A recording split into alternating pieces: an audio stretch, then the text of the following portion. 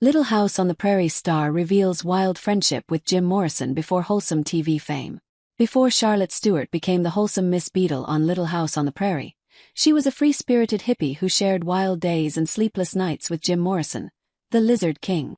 The actress, who brought the squeaky clean schoolteacher to life in Michael Landon's beloved series, is reuniting with her castmates for a 3-day celebration December 12th to 14th at Strathen Historical Park in Simi Valley, California.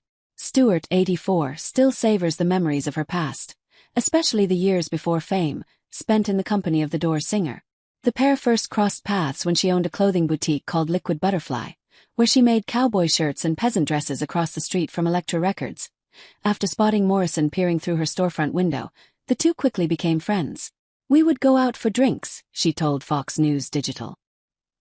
"He was quite a drinker, and often he needed to be driven home. So I would take him to my house because he trusted me. I didn't want him to be my boyfriend," she insisted. "I didn't want to marry him. All I wanted was to be his friend. He drank like I drank at that time. So we became trusted friends. He could count on me." In 1969, the Dade County Sheriff's Office issued an arrest warrant for Morrison. He was charged with 1 felony count and 3 misdemeanors, for lewd behavior, indecent exposure, profanity and drunkenness, stemming from a Miami concert, according to History.com. Morrison initially thought it was a practical joke, but it soon became serious after authorities added another charge. When Morrison returned to California, he turned to Stewart for help. "You have to remember, this was a very serious offense in Florida," said Stewart. "He was facing trial. So he came up to me and said, 'I gotta get out of town. You want to go?' I said, 'Sure.' We jumped in the car and he didn't know where he wanted to go, so I directed him up Highway 1, which follows the Pacific Ocean all the way to Washington and Oregon. We just drove, stopping at bars along the way and staying overnight at motels." Stewart said they spent 4 days on the road. "He trusted me at the worst time in his life," said Stewart. "He was facing jail for a long time. He trusted me to just be with him and be a friend. I shot our entire trip with my Super 8, she chuckled. Most of it was just him driving, which wasn't very interesting. I was in the passenger seat. Outside the car was the Pacific Ocean practically the whole time. I took him to Hearst Castle. There are pictures of me eating a hot dog there. We stayed with a lot of friends I had up there.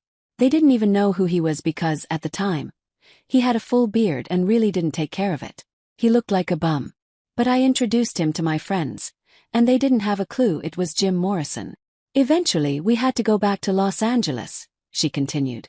"He dropped me off at my store and we said goodbye. I never saw him again." The trial began in 1970. Morrison turned down a plea bargain arrangement where the band would play a free concert in Miami. History.com reported. He was convicted and sentenced to 6 months in prison and a $500 fine. Morrison didn't live long enough to serve the sentence. He died in 1971 in Paris. He was 27 years old. While no autopsy was ever performed, Morrison's official cause of death was deemed heart failure by French officials. Morrison received a posthumous pardon in 2010. "The fact that he trusted me at the worst time in his life when he was facing jail time, I will always cherish that," said Stewart. "He knew he was going to have to fly back to Florida and face trial. And then he was gone. I was heartbroken," she said. "A bunch of us were at a recording studio with Johnny Rivers. He was doing an album and he wanted all of us to be singing in the background. We didn't have cell phones in those days, so we didn't know what was going on in the outside world. And suddenly word got passed around the room. 'Did you hear? He's dead.' I wasn't going to share my personal relationship with these people. I left the room, sat on the staircase and just cried. It made sense that he would be stupid enough to drink himself to death," she continued. "But he was only 27 years old. I was 33 at the time." Stewart stressed that her relationship with Morrison was not a romance. "That had nothing to do with it," she explained. "He trusted me because I didn't want anything from him. I was just being a friend, happened to be a friend with benefits. That's what we did."